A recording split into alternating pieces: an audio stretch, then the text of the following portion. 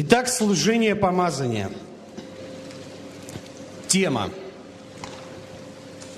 Наша самая главная ценность – Бог. Поздравляю вас, дорогие братья и сестры, с 2010 годом, годом Божьего торжества. Можете отреагировать на это пока. Мы верим, что каждый из нас переживет победу в этом году. Однако, чтобы эта победа проявилась в нашей жизни, необходимо, чтобы наша жизнь соответствовала стандартам неба.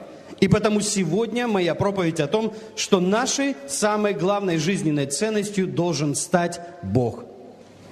Нам, как верующим, важно понять, что важнее и ценнее Бога у нас никого нет. Помните, как Иисус сказал: «Кто любит отца или мать более, нежели меня, недостоин меня. И кто любит сына или дочь более, нежели меня, недостоин меня. И кто не берет креста своего и следует за мною, тот недостоин меня. Сберегший душу свою потеряет ее, а потерявший душу свою ради меня сбережет ее». Евангелие от Матфея 10, 37, 38. Если мы говорим, что мы верующие, то должны быть готовы, если понадобится, отказаться от всего ради того, чтобы угодить Богу, который отдал за нас свою жизнь и ждет нас на небесах. Когда мы говорим, что Бог – наша главная ценность в жизни, то в первую очередь мы говорим о нашем выборе. В нашем ежедневном выборе проявляются наши истинные ценности. Запомните, ценности человека определяют его выбор. Когда Бог – наша главная ценность, то Он будет всецело влиять на наш выбор. То есть мы не принимаем никаких решений, пока не проверим, что они соответствуют воле Божьей, и что мы никак не ущемляем и не обижаем Бога, и не нарушаем Его правила и Его волю своими поступками. К примеру, если вам предлагают ради получения определенного блага всего лишь предоставить фальшивую справку, то, чтобы вам не обещали, вы должны отказаться от этого. Ведь иначе вы делаете преступление перед Богом и перед законом. Если Бог действительно стал нашей главной ценностью, то мы не будем идти на компромиссы со своей совестью и людьми. Когда наша главная жизненная ценность Бог, то все наши действия продиктованы Его волей, потому что мы посвящены Ему. Наивысшая ценность нашей жизни – Бог. Поэтому мы ценим Его выше всего на свете. И мы уже не можем делать что-либо, потому что нам так удобно. Ведь таким образом мы демонстрируем, что не Бог, а я сам главная ценность жизни. Но когда мы соглашаемся поступать по воле Божьей и следовать Его путями, даже когда нам это совсем нелегко, приятно или удобно, то именно это доказывает, что Бог стал нашей главной жизненной ценностью. Самым главным для каждого христианина должно стать то, что мы живем единственной страстью – угодить Богу, исполнить Его волю и прославить Его имя. Я хочу назвать некоторые пункты, которые входят в понимание Бога, как нашей главной жизненной ценности. Итак, первое. Когда Бог – наша главная ценность, то прежде всего мы думаем о небе, и все наши мысли сосредоточены на этом. Послание к Колоссянам 3:1-3 говорит: «Итак, если мы воскресли со Христом, то ищите горнего, где Христос сидит одесную Бога, о горнем помышляйте, а не о земном. Ибо вы умерли, и жизнь ваша сокрыта со Христом в Боге». Мой вопрос к вам сегодня. Думаете ли вы о небе, как о части вашей жизни? На самом деле небо – самый главный мотив, на котором должно быть сфокусировано наше сердце. Потому что эта земля не наше постоянное место жительства. Мы здесь находимся временно, и рано или поздно все пойдем на небо. Поэтому мы должны быть уже сейчас мотивированы небом. Если наша ценность неба, это означает, что мы не выбираем временные вещи, и в своих решениях, в своих поступках мы предпочитаем делать выбор в пользу вечных ценностей, а не земных. Например, сейчас многие из нас решают вопросы с банками, и некоторые адвокаты рекомендуют дать взятки судьям или банкирам. Но мы должны быть людьми ценностей, а это значит отказаться от подобных предложений, даже если это грозит каким-то ущербом. Мы представители Бога, и потому не боимся того, что может убить тело, но не может убить душу. Поэтому мы осознанно совершаем свои поступки, учитывая, что за каждый из них мы ответим перед Создателем. Мы движимы желанием попасть на небо и не хотим идти в ад. Поэтому мы посвящаем свою жизнь служению Богу и исполнению Его воли. Послание к Евреям 12:14. «Старайтесь иметь мир со всеми и святость, без которой никто не увидит Господа». Второе. Следующая составляющая, которая входит в понимание Бога, это любовь. Если мы говорим, что Бог есть наша и наивысшая ценность, значит, мы будем любить так, как любит Он, безусловно. Мы будем стараться любить не только Бога, но будем также стараться любить других людей, как Он возлюбил нас. Библия говорит, что Бог есть любовь. И если Он моя наивысшая ценность, то тогда безусловная любовь должна стать моей сутью. И я должен любить людей и творить добро. Если я не люблю людей, значит, я не знаю Бога. Первое послание Иоанна 4:7-8. «Возлюбленные, будем любить друг друга, потому что любовь от Бога. И всякий любящий рожден от Бога и знает Бога. Кто не любит, тот не познал Бога. Потому что Бог есть любовь». Невозможно любить, не отдавая себя другим. Давайте будем любить бескорыстно, жертвенно. Третье.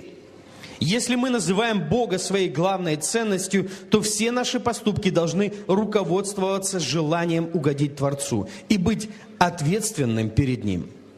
Все, что мы делаем с желанием угодить Богу. Евангелие от Иоанна 14:15. «Если любите Меня, соблюдите Мои заповеди». Поэтому, если мы не слушаемся Бога, если не соблюдаем Его заповеди, значит, мы Его не знаем. Угождать Богу должно стать нашей отличительной чертой. Нам надо стремиться делать все так, как хочет Он, чтобы прославлять Его, чтобы не идти на компромиссы, но чтобы наша жизнь полностью соответствовала Его требованиям. Если мы не послушны Ему, тогда зачем мы обманываем себя? Ведь наше непослушание Богу говорит об одном: мы не знаем Его и не любим. Когда мы любим Бога, то делаем все, чтобы не ослушаться Его, но исполнить Божью волю. Четвертое. Если Бог – наивысшая ценность нашей жизни, то мы будем стараться иметь с Ним личные отношения. Евангелие от Иоанна 5:19. На это Иисус сказал: «Истинно, истинно говорю вам, Сын ничего не может творить сам от себя, если не увидит Отца творящего. Ибо что творит Он, то и Сын творит также». Личные отношения Иисуса с Отцом были наивысшим Его приоритетом. Он постоянно уходил в уединение, 40 дней постился и так далее. И все для того, чтобы укрепить свои отношения с Богом, чтобы их взаимоотношения с Отцом были на самом высоком и близком уровне. Для нас Бог должен стать ближе, чем наша работа, чем наша семья. Мы должны стремиться иметь близкие, глубокие отношения с Богом. Даже больше, чем с самым близким человеком на земле. Бог должен стать дороже и ближе всего для нас. Пятое. Если Бог – главная наша ценность, то Его мечты должны стать нашими мечтами. Его идеалы должны стать нашими идеалами. Его ценности должны стать нашими ценностями. Мы стараемся во всем быть как Он. В нашем характере мы соглашаемся поступать по воле Божьей и следовать Его путями. Извините.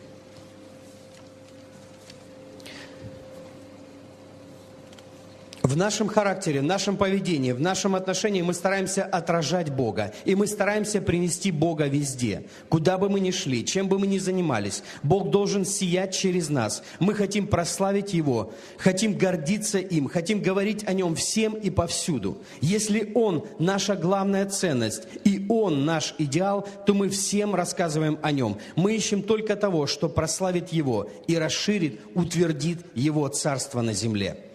Евангелие от Матфея 6:33. «Ищите же прежде Царство Божие и правды Его, и это все приложится вам». Шестое. Если Бог – наивысшая ценность нашей жизни, то мы понимаем, что Бог есть Бог справедливости. Бог есть праведный Бог, но Он также справедливый Бог, Бог истины. Итак, как Бог есть Бог истины, то мы с вами должны видеть себя как Его продолжение, как Его оружие, орудие Божьей праведности. Притчи 21:3. Соблюдение правды и правосудия более угодно Господу, нежели жертва. Это значит, что когда мы видим нарушение прав человека, разрушающее болезни общества, мы не позволяем себе равнодушно молчать, но выступаем, дабы принести Божью справедливость. Мы будем больше ценить праведность, чем религию. 7.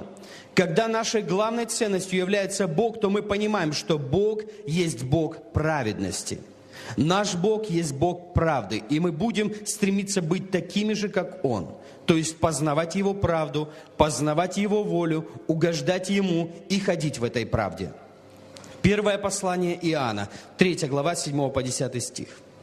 «Дети, да не обольщает вас никто. Кто делает правду, тот праведен, подобно как Он праведен. Кто делает грех, тот от дьявола, потому что сначала дьявол согрешил. Для сего-то и явился Сын Божий, чтобы разрушить дела дьявола. Всякий, рожденный от Бога, не делает греха, потому что семя его пребывает в нем, и он не может грешить, потому что рожден от Бога. Дети Божии и дети дьявола узнаются так. Всякий, не делающий правды, не есть от Бога, равно и не любящий брата своего». Я молюсь за каждого из вас, чтобы Бог действительно стал нашей наивысшей жизненной ценностью. И не только на словах, но и на деле. Дай Бог, чтобы мы с вами начали каждый день жить с Богом. Жить Богом, дышать им, думать о Нем и являть Христа. Я прошу всех наших пасторов читать проповеди по всем этим пунктам весь этот месяц. Пусть каждый познает Бога как наивысшую драгоценность своей жизни. Для более глубокого изучения этой темы рекомендуем следующую литературу. Книги пастора Сандея «Носители Божьего присутствия», «Бойся Бога», «Всепобеждающая любовь», «Царство любви», а также книги «Движимые вечностью» Джона Бивира и «Фанаты Иисуса». Пусть Господь благословит вас и вашу семью. С любовью и молитвами о вас старший пастор посольства Благословенного Царства Божьего для всех народов Сандей Аделаджа. Хочу еще раз поприветствовать вас. Первое воскресенье Нового года мы всегда заключаем завет с Богом. Поэтому завет, который я хочу, чтобы мы заключили с Богом в этом году, это, во-первых, мы должны поставить первый пункт, то, что чтобы Бог стал нашей ценностью. Что, Господь, мы хотим Тебя сделать своей ценностью в этом году. Я хочу Тебя делать ценностью. Я хочу Тебя уважать, ценить выше всего. Я хочу Тебя ставить выше главой угла в моей жизни. Я хочу, чтобы Ты стал дороже золота для меня, дороже серебра. Чтобы Ты стал альфа и омега в моей жизни. Чтобы Ты стал моей полнотой, моей изобилие, моей все во всем. То есть, а потом уже другие пункты. Вот это должен стать нашим первым пунктом. Чтобы Бог стал моей ценностью. Чтобы я не шел на компромиссы никакие. Чтобы ничего в моей жизни даже не стоял близко с Богом. Чтобы я целостно был предан Богу. Слово на сегодня называется «Наша самая главная ценность – Бог». Бог должен стать нашей самой главной ценностью. Бог должен стать нашей самой главной ценностью с вами. Наша главная ценность – Бог. Вы знаете, мы прошли прошлый год, 2009, когда Бог судил наши неправедные дела. Но когда Бог судит неправедные дела, это потому что Он хочет вывести нас на путь истины. Чтобы мы начали поступать по правде. Чтобы мы начали поступать по правде. Поэтому, если были неправедные дела, то сейчас мы должны с вами начинать понять, что же есть правильные дела и как жить этими правильными делами. Бог должен стать, Иисус должен стать в этом 2010 году нашей главной ценностью. Как сделать Бога своей главной ценностью? Жесткие слова от Иисуса. Но эти жесткие слова для Него это норма. И это для нас тоже должно стать нормой. Что Он сказал? Кто любит отца или мать, или сестру, или брат, или жену, или детей, кто любит что-нибудь из этих вещей, что в этом мире, или деньги, или вещи мира сего, кто любит больше меня, Бога, тот пропал, друзья. Вопрос мой к вам, честно, ответьте себе, не мне, не надо вслух, себе. Что вы больше всего любите? Вы можете бить себе в грудь сейчас, при том, что Бог свидетель, Он видит ваше сердце. Сказать Ему: Господь, я готов отдать Тебе и жену, и детей,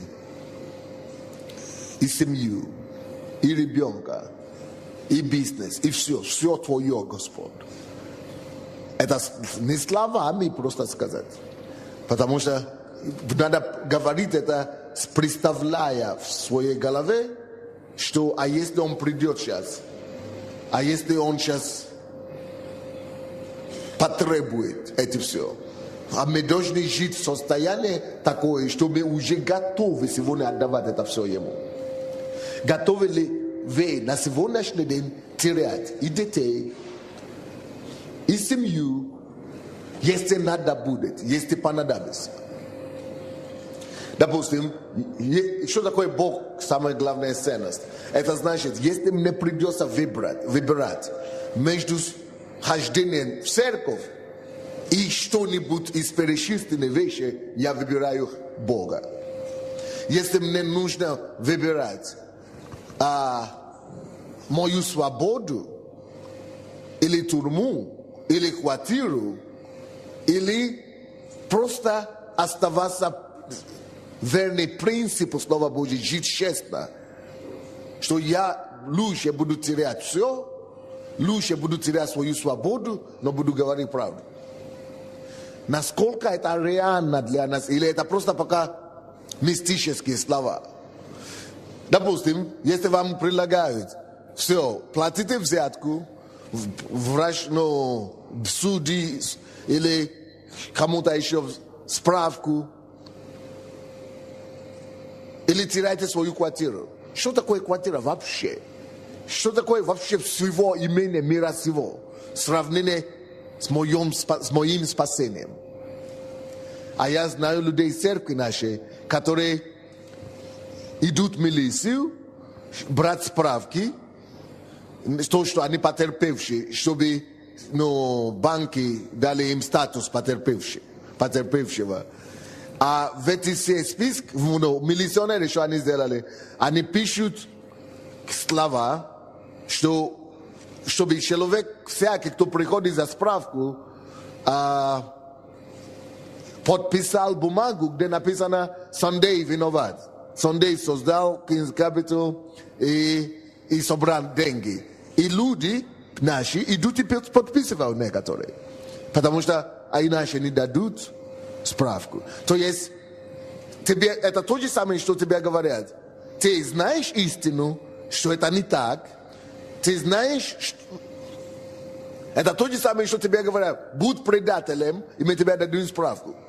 А эта справка же ничего не даст. Оно ничего все равно не дает. И суд по этой справке тебя не освободит. Но даже если скажут, все, мы собираем все у тебя, или будь предателем. Есть люди на сегодняшний день, которые сидят в тюрьме, потому что их заставляют говорить неправду. Они говорят, мы здесь лучше умрем, чем говорить неправду. А есть другие, которые даже тюрьма не грозит, ничего не грозит, которые подписывают что угодно, только чтобы себе шкуру спасти. Они, которые хотят возвращенные деньги, потерянные деньги вернуть, и ради этого готовы кого угодно продать. Мы или такие люди вообще не пахнет Царство Божие. Они даже не возрожденные. Вот поэтому мы с вами говорим, насколько мы с вами возрождены. Слушайте, будет возможность у всех нас. Бог даст нам все возможности убедиться, кто мы на самом деле. Будет. Не через эти ситуации, King's Capital или Банк Экономики, Бог найдет способы, как всех нас испытать. Поэтому, как лучше быть готовым? Лучше себе настроить заранее. Лучше жить постоянно. Допустим, я живу постоянно с таким менталитетом, что у меня нету семьи, что у меня нету церкви, что у меня нету машин, нету дома. Я сзади головы, то есть, сознании своем, постоянно хожу, как будто я никто, у меня ничего нету. Я уже потерял все в моей голове. То есть написано, имеющий мужа, как должен жить, как не имеющий. Имеющий жену должен жить, как не имеющий. Это значит навязать себе внутри, освободить себе от этой тяжести, от этой наслаждения, от этой привязанности, к чему бы то ни было. Я вот так живу. Поэтому для меня ничего страшного нет. Кто-то уходит или кто-то остается. Даже если я теряю все сегодня, я все равно буду говорить Господу, слава тебе, Господь.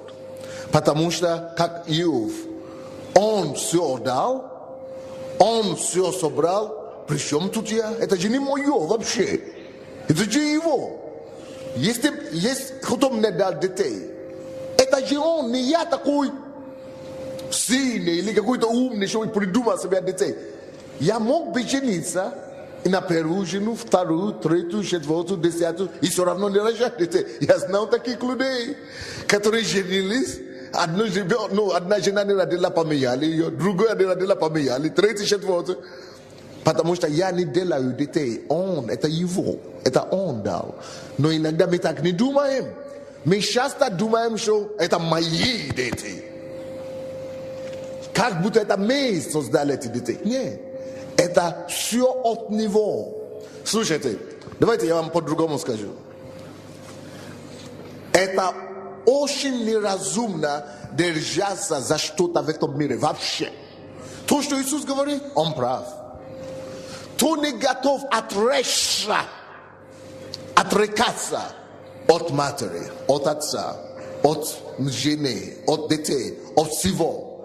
Ради меня, тот вообще не достоин меня. Он не понял, что благодаря мне он все имеет. Он не понял. Слушайте, допустим, давайте послушайте внимательно сейчас.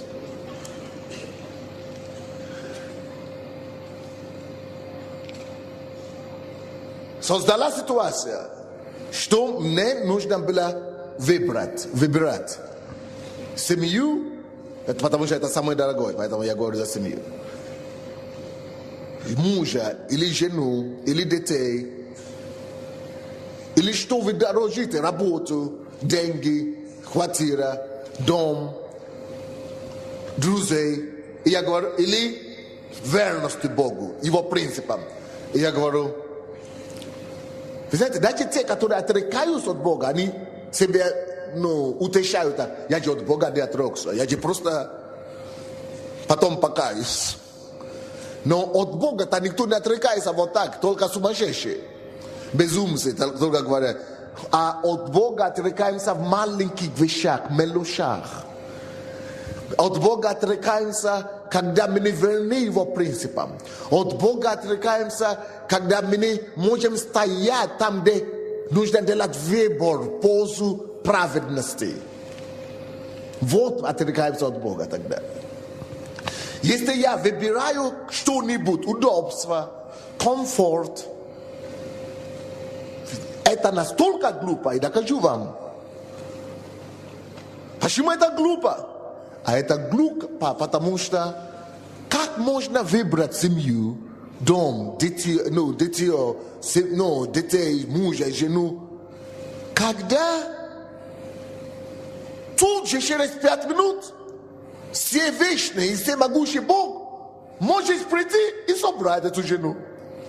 Просто протянуть руку и подарить рака, допустим.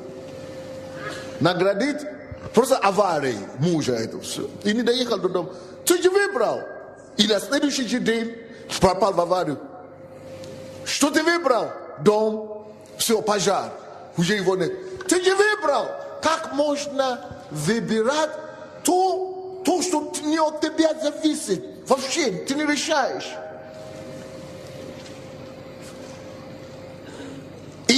И повернуться спиной тому, от кого все зависит. То есть рано или поздно, не мудро что-нибудь предпочитать над Богом. Потому что все от Него, Он может перекрыть тебя кислород. Ты можешь проснуться, у тебя ничего уже нет. Я знаю семью, которая в один день, имея 5 детей, муж и жена имеют 5 детей, в один день, жена и все 5 детей погибли в один день. А потом на следующий день дом сгорел в один день, на одной неделе. Машину тут же попали в аварию, тоже машина пропала в один день. Человек имел все, и в один день все лишился. Почему? Бог дает таким образом нам понять, что ты вообще-то тут при чем? Ты вообще никто. У тебя ничего нет. И тем быстрее мы это осознаем. Тем быстрее мы это поймем, что у нас ничего нет. У нас людей нету. Вы знаете, как люди. Вы думаете, что пастора или служители, вы думаете, что люди вас любят? Я тоже не совершу такую ошибку, думаю, что вы меня настолько любите, что ради меня вы идете сюда. Я вам скажу, что вы меня не любите. Может быть, кто-то меня любит, чуть-чуть. Может быть, если сейчас, завтра, не дай Бог, да? Бог уберет свою руку от пастора Сандея, или он упадет в какие-то грехи там и все, и вы все знаете, позор какой-то пришел, посмотрю, сколько вас останется. Потому что не пастора Сандея любите. Вы любите то, что у него есть. Вы любите помазание. Вы любите то, что он дает. Вы любите то, что вам нравится. Так и есть на самом деле. Это кто-то говорит, что сейчас не дай Бог, чтобы это произошло. Вы бы поняли, что это не популярно потом. То есть этот мир нельзя положиться. Если я буду полагаться на вас, что мои люди любят меня и так далее, тут же что-то произойдет такое. И вы тоже поймете, что я этого человека не люблю, я люблю себя. Люди любят себя. Вы ходите сюда, потому что пока пастор помазанник молится, дает, я что-то получаю. Люди любят себя. И это жалко. Почему единственный, кто должен быть и моей ценностью, не моя церковь должна стать моей ценностью. Не моя церковь должна стать моя опора, моя вера, моя ценность и моя опора должна стать Он. Тогда уже не имеет значения, кто меня оставит, кто меня предаст, если он не предает. Почему я это говорю? Я это говорю даже не себе, а пасторам. Не полагайтесь ни на кого. И семью тоже. Женщины, если вы начнете полагаться на мужа так сильно, как ваш источник, гарантирую вам, он загуляет или умрет. Что-то произойдет. Давайте будем полагаться на него. Будем верны ему всем и во всем. Вы понимаете, что я говорю, да? То есть смысл, суть, понятно? Давайте сделаем Бога нашей ценностью. Это то, что Иисус имел в виду. Живите, как будто у вас ничего нету. Кто не может отречься, кто не отречется от отца, матери. кто любит кого-то из них больше меня, тот вообще уже потерял все. И он пока еще не знает, но он уже потерял все, потому что рано или поздно все потеряет. Но это даже не самое страшное, самое трудное для нас. Вы знаете, что самое трудное для нас делать? Последняя фраза. Кто и от себя не отречется. Кто-то говорит, я люблю жену. Моя жена меня любит. Это ты так думаешь. Твоя жена любит себя. Твоя жена тебя любит, потому что ты пока полезный. Я могу доказать вам. Если, не дай Бог, ты станешь не только попрошайнейшим, но ты станешь, допустим, лунатиком, не дай Бог, ну, сумасшедшим. И 10 лет не лечишься, 20 лет не лечишься, и ты никого не слышишь, ничего. Эта жена уже будет молиться, чтобы Бог себя собрал вообще.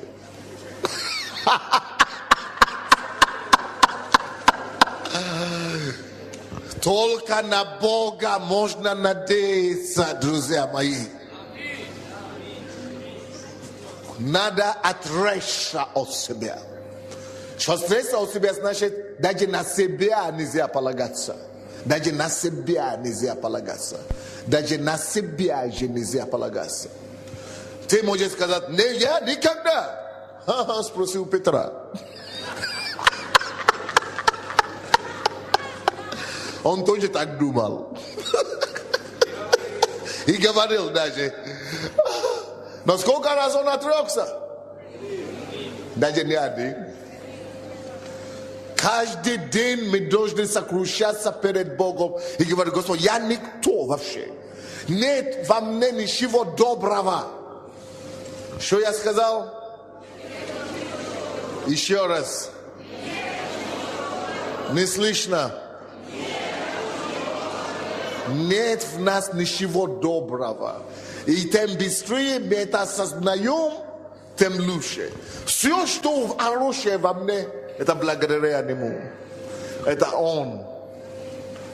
И я должен сокрушаться каждый день, говорю, Господь, нет во мне ничего доброго. Только Ты, Господь. Я не могу быть хорошим, я не могу быть благим, но Ты благ во мне, Ты будь благ передо мной через меня. Поэтому я не могу ни шаг делать без Тебя. Я не могу поворачиваться направо-налево без Тебя. Ты есть моя сцена, Ты есть все. Вот надо держаться зубами за Богом. Итак, каких делах, что значит делать Бога своей ценностью? 7 пунктов, которые хочу вам дать. 7 пунктов, которые здесь написано. Первый пункт. Если действительно Бог наша ценность,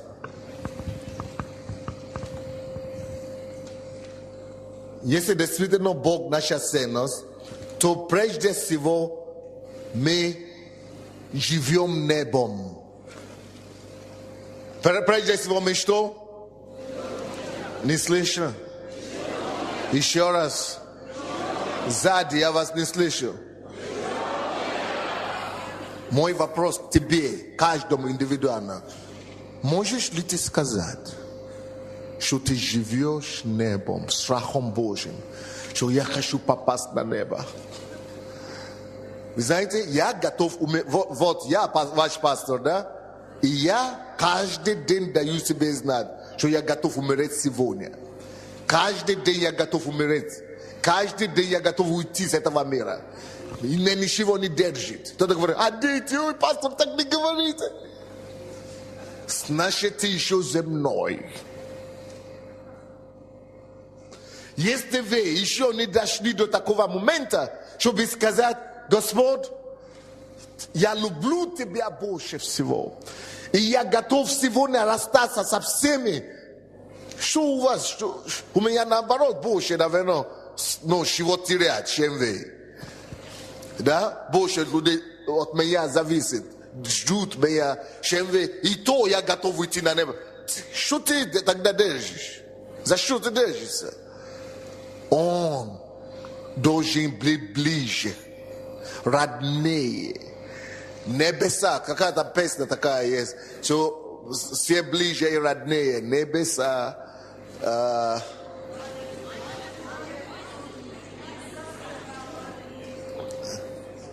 да.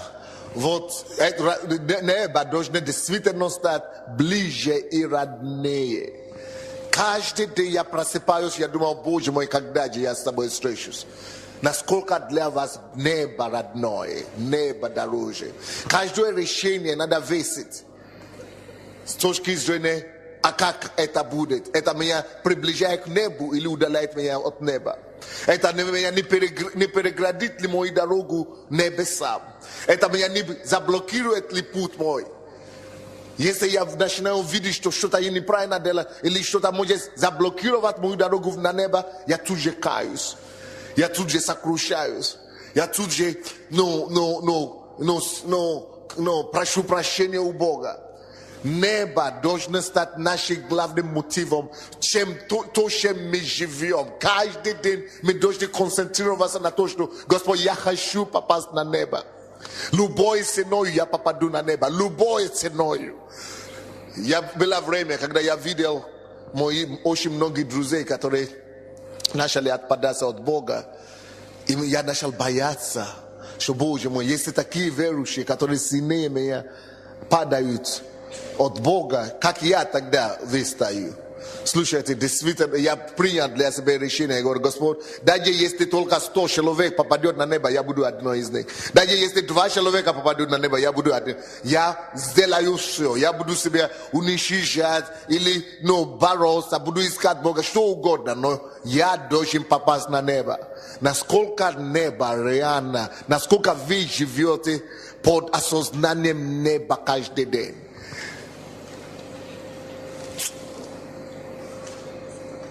Я многих верующих вижу, они даже за небо вообще не думают.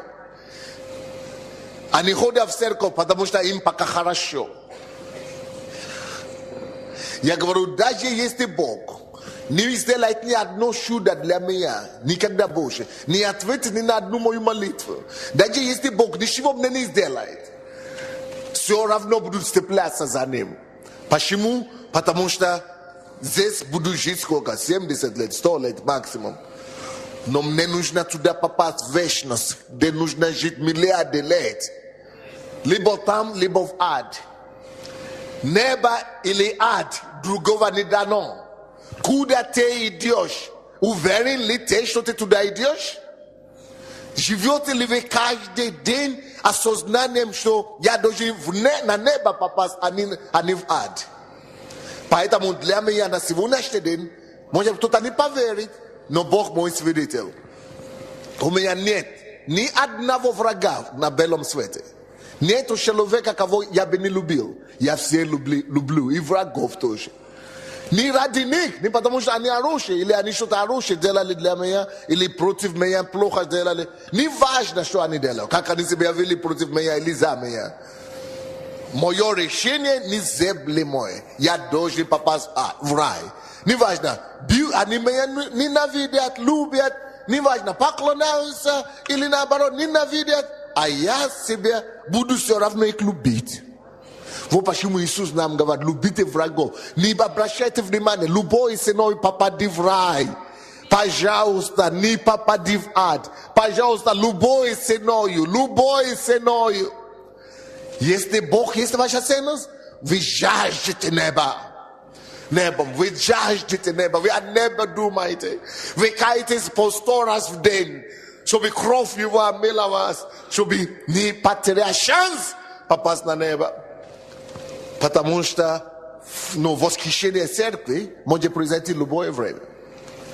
Иисус может прийти в любое время. Мало того, я могу умереть в любое время. Следующее. Если Бог наша ценность, то мы будем любить, как Он любит. Мы будем любить не только Бога, мы будем любить всех людей. Мы будем любить так, как Он любит. А как Бог любит? Только хороших. Нет, Он любит и хорошие, и плохие. Если мы считаем, что Бог наша ценность, допустим, мне говорят, особенно наши друзья, и говорят, я жалею, говорят, пастор Сандей, ты столько добра делаешь для этой страны, а вам вот так, воздают, так неблагодарностью, такой хамством, такой, предательством. Как вы еще можете любить этот народ? А вы знаете, что я говорю? Я люблю и буду любить этого народа. Не потому что народ такой супер хороший или плохой. Мне не имеет значения. Я буду любить этот народ или любой другой народ. Не потому что я какой-то патриот. Он патриот Украины. Мне не до патриотства. Я буду любить эту страну, потому что он меня вот так возлюбил. Потому что я его люблю. Я его люблю настолько, что все, кого он любит, я буду любить. Все, что он хочет, буду делать. Если хочет, чтобы я любил, не знаю, зверей или кого угодно, буду любить. Я настолько его люблю. Это моя любовь к нему, заставляет меня, вынуждает меня. Моя любовь к нему вынуждает меня делать что угодно. Я его люблю, и если я его люблю, я должен любить все то, что он любит. То есть вы любите людей не потому, что они хорошие, или хорошо к вам поступают, или нет.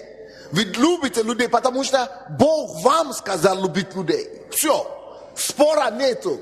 Нету аргумента, нету умствования. А как там, а если вот так, а в такой случай. Это твоя проблема. Либо мы с вами бунтари, либо мы послушные дети. Бог говорит, любить всех. Даже врагов буду любить всех. А том ты не попадешь в рай. Если ты не будешь любить, написано, кто не любит брата своего, тот Бога не знает вообще. Бог не признает тебя. Неважно, как бей себе в грудь. Я такой любящий Бога. Если ты не любишь кого-то, Бог тебе говорит, что я тебя отрекаюсь от тебя, все. Финиш. Поэтому вы не будете любить своих кредиторов или какой-то там кидальщиков, которые вас кидали и так далее. Это не ваша, это их не проблема. Бог вас отрекется от вас. Не важно, что они сделали против вас. Вам нужно любить людей, потому что Бог любит людей. Бог есть любовь. И мы должны быть, наша суть должна быть любовь также. Третий. Сделать Бога ценностью своей жизни. Это обозначает, что все наши поступки должны руководствоваться желанием угодить Богу и быть ответственным перед Ним. Все мои действия, все мои дела должны быть с учетом того, что я хочу угодить Ему. Все. Хорошо, я поступаю. Кто из вас знает, что у меня хорошее отношение к жене? Но не потому, что я такой хороший, или я так сильно ее люблю. Прежде всего, моя мотивация, чтобы любить жену, чтобы к ней поступить хорошо, не потому, что я такой хороший муж. Ерунда. Любой хороший муж в тебя видит такой, что не дай Бог. Все, единственная причина, самая главная моя мотивация, почему я люблю жену, не потому что я вот такой хороший, или я и так ее сильно люблю, а потому что я должен ему угодить. У меня нет выхода, чем любить жену. У меня нет выхода, чем посчитать жену. Я должен ему угодить. То есть мое самое главное желание угодить ему. И если нужно любить жену, чтобы угодить ему, буду это делать. Если нужно чистить, мыть ей обуви каждое утро, ногу мыть, буду это делать, чтобы угодить ему. Должно быть то же самое у нас отношение. Наше главное желание в жизни, если ты любишь Бога, если Бога есть ваша ценность, вы делаете все, чтобы угодить Ему. Иду на работу, потому что я хочу угодить Ему. Но мало кто это делает из нас такие. Мы в основном ходим на работу, потому что мне надо заработать. Хожу на работу, потому что мне надо хлеб есть, мне надо кушать. Но делаю что-то, потому что надо. И бегут туда, потому что надо, суета руководит нами. Суета.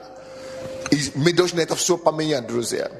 Мы должны все делать только потому что хочу на работу, потому что хочу угодить ему. Через эту работу хочу ему угодить, хочу его найти, хочу ему угодить, хочу прославить воду, хочу ему делать приятно. Люблю людей, допустим, то вы для меня, да? Я же вас не знаю вообще. Но вы приходите ко мне сюда, да? И вы слушаете, и молиться, и поститься. Для вас вы даже не знаете. И молюсь, закрываюсь, уединение. Вы даже это не знаете. Почему я это должен делать? Не должен делать. Но потому что я хочу ему угодить.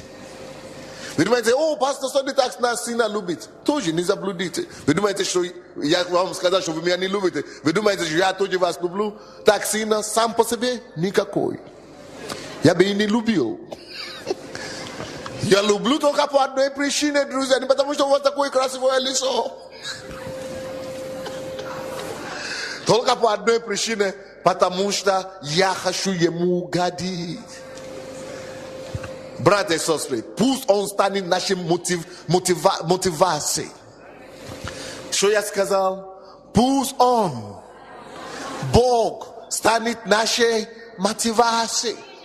Не важно, мне нравится вас любить, не нравится вас любить, я должен. Почему? Потому что мне нужно ему угодить, ему это угодно. Не важно, мне нравится, как вы ведете себя, не нравится, как вы ведете себя, или кто-то как себя ведет, или не нравится. Не важно, я должен все равно любить. Потому что я должен угодить ему. Братья и сестры, смотрите на меня сюда. Честно. Живете ли вы вашу жизнь вот так? Что именно каждое ваше действие продиктовано желанием угодить. Если это еще не так, не знаю, какое небо тогда вы идете. Не знаю, о каком небе вы мечтаете. Я вам не могу дать какое-то свое карманное небо. У меня нет этого такого неба.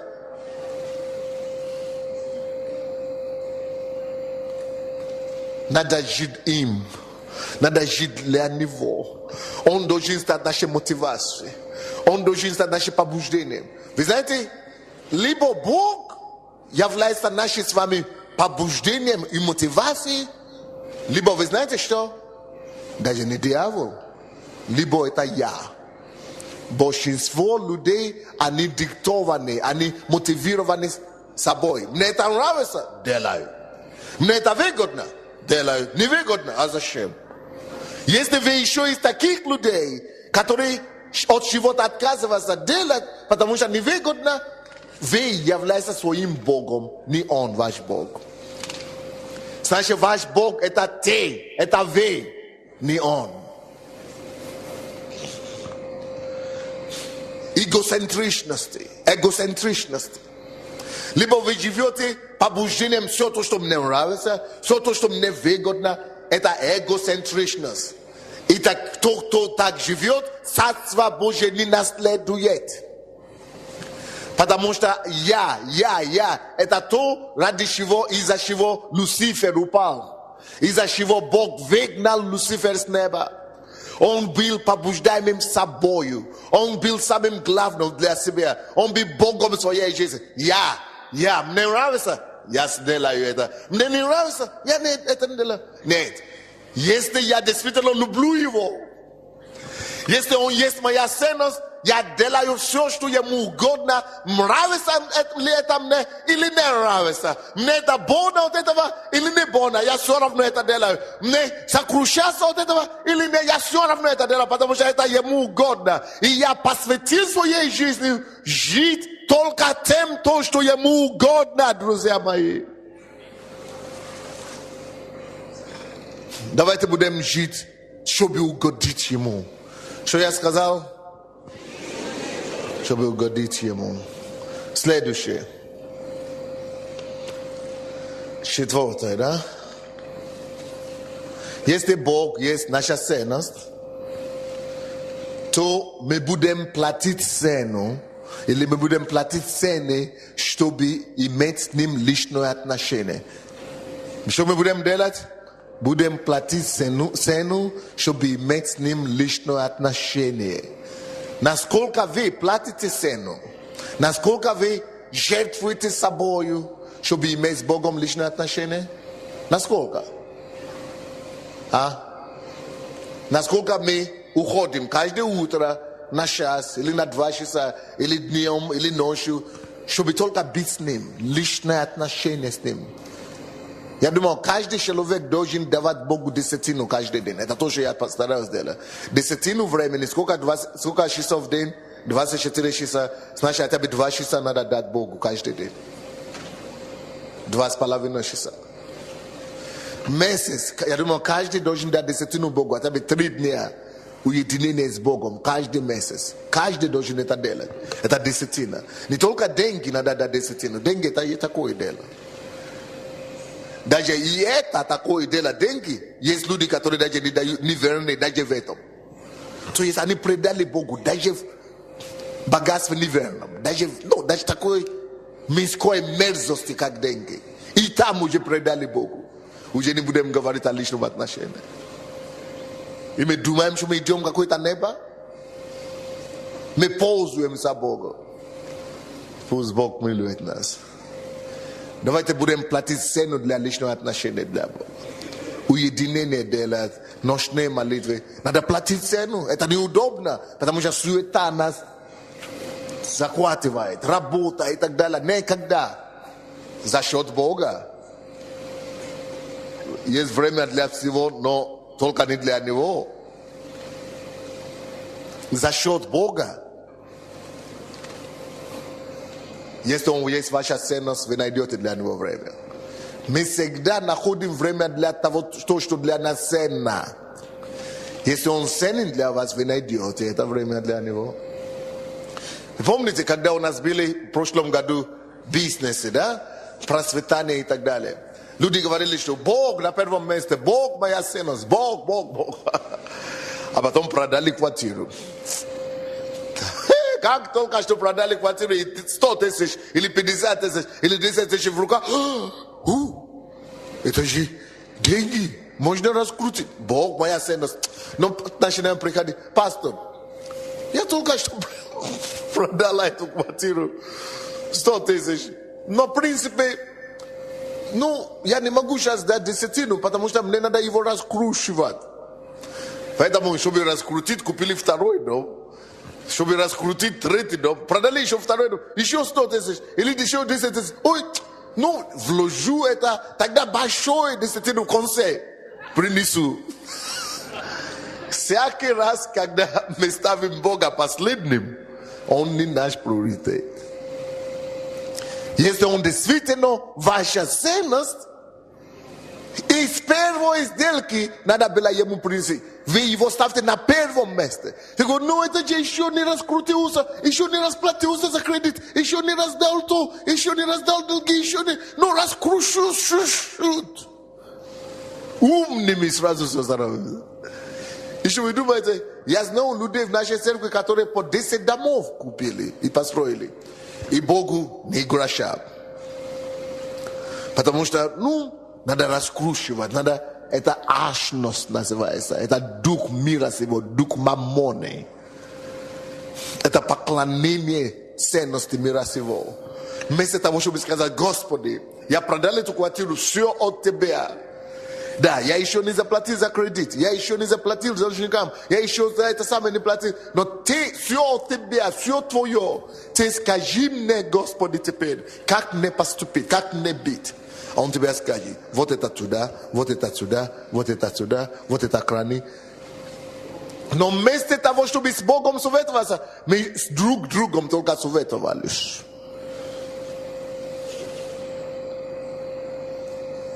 И вы знаете, что потом было? 10, 11 и бакс-кризис. И все заехало в яму. Все заехало. Человек, который говорит, что я потом Богу, и до Бога не дошло. Всегда так. Когда вы ставите Бога второе место, до него никогда не доходит. Братья и сестры, давайте мы сейчас скажем. Я сегодняшнего дня всегда буду ставить Тебя, Господи, на первое место. Скажи Богу так. Ты будешь всегда на первом месте. Ты всегда будешь моим приоритетом. И это человек, который 10 домов имел, 10 миллионов, можно было сказать, у него было 5 миллионов денег. Сейчас он потерял все. Кредиты, долги на него висит. Если бы он делал Бога первое место, Бог бы не допустил до такой степени. Бог бы нашел бы пути, чтобы его, если бы он слушался, если бы он поставил бы Бога приоритетом, Бог бы все равно нашел бы выход для него. Я даже знаю некоторые из них, которые даже на машине, на бензин не могут купить на машине, чтобы попасть в церковь. После таких миллионов. Потому что вот чего стоит, когда мы себя ставим главным. Будем делать Бога приоритетом или нет? Пусть Бог станет нашей ценностью, друзья. Пятое. Если Бог главная наша ценность, то Его мечты должны стать нашими мечтами. Его ценности должны стать нашей ценностью. Что это значит, друзья? Все, что Бог хочет осуществить на этой земле, это моя проблема. Мне так нравится, как некоторые люди ко мне приходили. Сказали: пастор, все, что Бог хочет делать на земле, вот я всегда буду первым. Я хочу быть его, чтобы он меня использовал для этого. Все, если Бог есть ваш приоритет, это все будет такой, у вас все должно быть такое желание. Все его мечты, я его партнер, он мой главный партнер, я его средство, я его оружие, чтобы осуществлять все его мечты на земле. Я оружие осуществления Божьей мечты, по любому поводу. Если нужно куда-то поехать, вот я оружие осуществления Божьей мечты. Я ношу его мечту и осуществляю его. Все, за что сердце Бога переживает, я это осуществляю. Если сердце Бога переживает за неверующих людей, я несу им слово. Если сердце Бога переживает за нас, я молю за это. Если все, что есть в сердце Бога, я живу этим. И если кто-то меня знает, истинно меня знает. Если кто на самом деле знает пастора Сандея, тот может подписаться под этими словами. Все эти проповеди, что это жизнь пастора Сандея такой. Я живу только одной. Меня не интересует ни успехи, ни популярности, ни богатство, ни большое имя, ни известность. Это все есть у меня. Но оно как-то появляется без моей воли. Я другое хочу. Жить его мечтами. Его мечта становится моей мечтой. Его бремя становится моей бременем. Его силы становятся моей силой.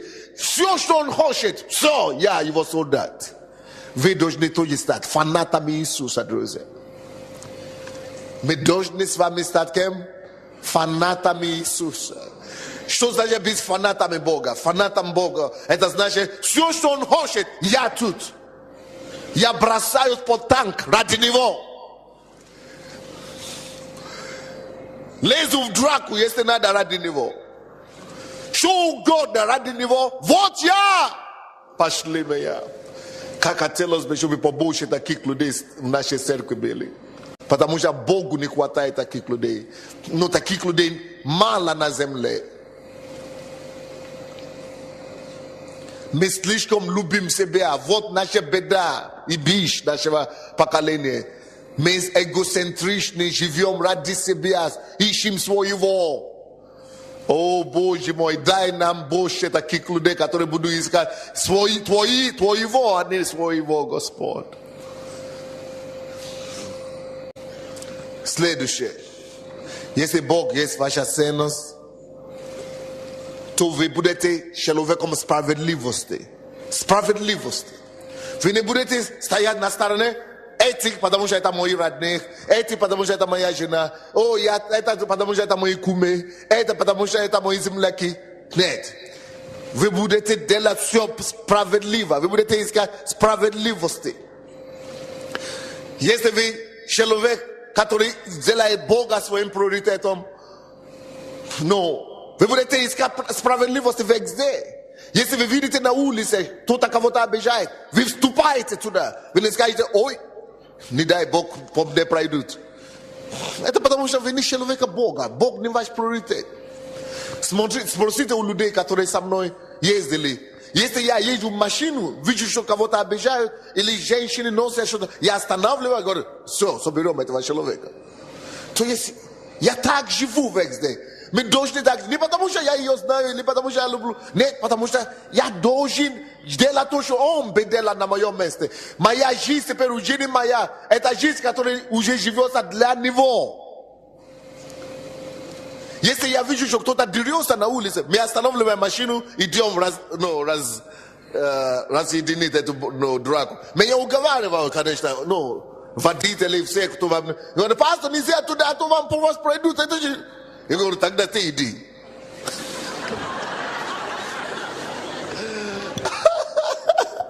Но здесь нельзя останавливаться.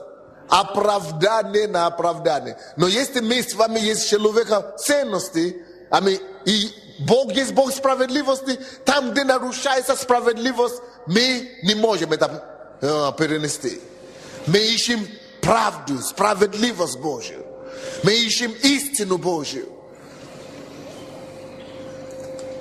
Давайте будем людьми справедливости. И последний, если Бог есть наша ценность, мы будем искать Божьей правды, праведность. Это отличается от справедливости. Справедливость – это справедливость, а праведность – это другая, это правда. Это значит, что мы будем искать все, что соответствует воле Божьей. Правда, все, что правда, все, что истина, все то, что праведное. Мы будем делать то, что праведное, будем искать, чтобы угодить Богу. Ищите прежде Царство Божие, и что? И правда Его. Не написано делайте Царство Божие, но правда Его, а ищите. Правду нужно искать. Если вы не начнете искать правду, то воевать за правду, толкать правду, правда никогда не будет на этой земле. Давайте мы станем людьми, которые ищут правды. Ищите правду. Что значит ищите правду? Значит принесите правду туда. Значит утвердите правду там. Ищите правду.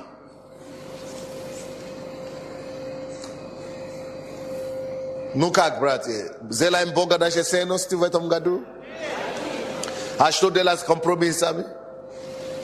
А что делать с справками?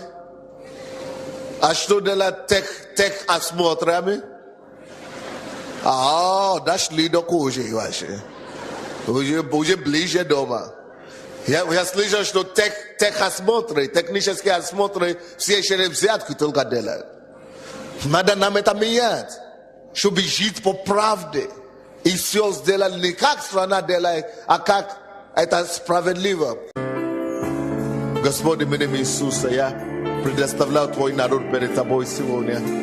И прошу, Господь, чтобы Ты открыл нам глаза, открыл нам понимание, открыл нам, Господь, душу, чтобы Ты сокрушил наши сердца, чтобы мы могли увидеть Тебя и увидеть себя, чтобы мы могли стать такими, как Ты хочешь нас видеть, чтобы, Господь, мы стали богоискателями на самом деле, чтобы мы влюбились в Тебя, чтобы, Господь, Ты стал нашей ценностью, нашей мотивацией, чтобы, Господь, мы Тебя превысили выше всего в своей жизни, чтобы Ты стал приоритетом наше каждодневное решение, чтобы мы искали угодить только Тебе, Боже.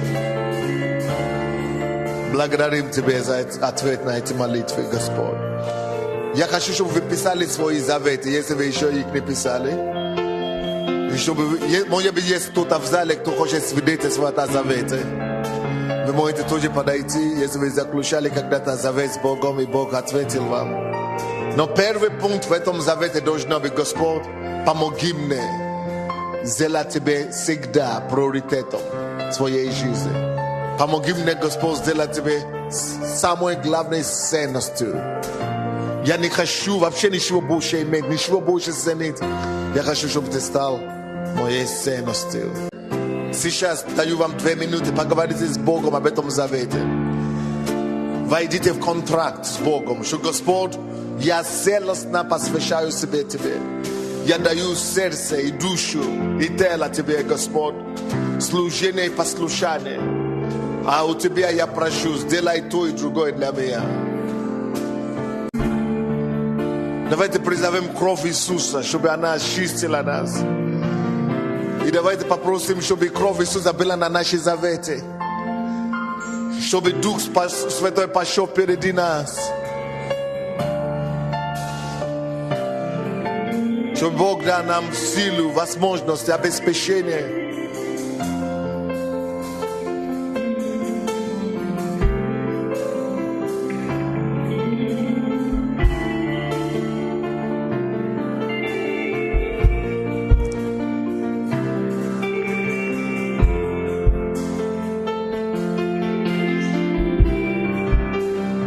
Если у вас есть, если вы уже написали эти заветы, или у вас оно в сердце, поднимите их к Богу. Мы будем сейчас соглашаться, что Господь неба и земли, кому все возможно, сделает и исполнит эти заветы для нас. Господь, именем Иисуса, я соглашаюсь с Твоим народом сегодня.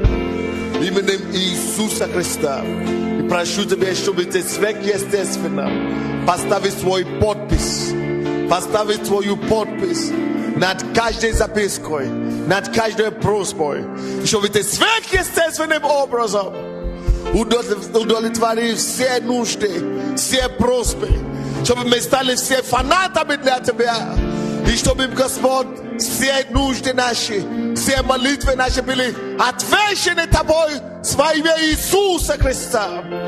И я прошу Тебя, Господь, что кровью Твоею и телом Твоею Ты заключишь с нами завет. Поэтому мы берем эту кровь сегодня и берем это тело Твое сегодня и просим Тебя, освети, Господь, это хлебопреломление сегодня. Братья и сестры, мы сейчас будем верою принимать хлебопреломление как подкрепление завета нашего, как кровь Его, как штамп, который будет ставить жирный подпись над всеми просьбами, которые мы просили у Господа. Если ваша просьба, конечно, не греховная, не плоские, вы увидите чудеса Божьи в вашу пользу. Господи, в имя Иисуса, мы принимаем это хлебопреломление как завет Твой с нами, что Ты исполняешь все, что мы просим и просили у Тебя. Поставь Твой жирный печать, что этим хлебопреломлением подтверждается и утверждается ответ, что это контракт, этот завет, этот договор подписан Тобой. И дай нам силу Божию исполнить нашу сторону. Во имя Иисуса Христа. Верим Тебе, благодарим и славим Тебя за ответ.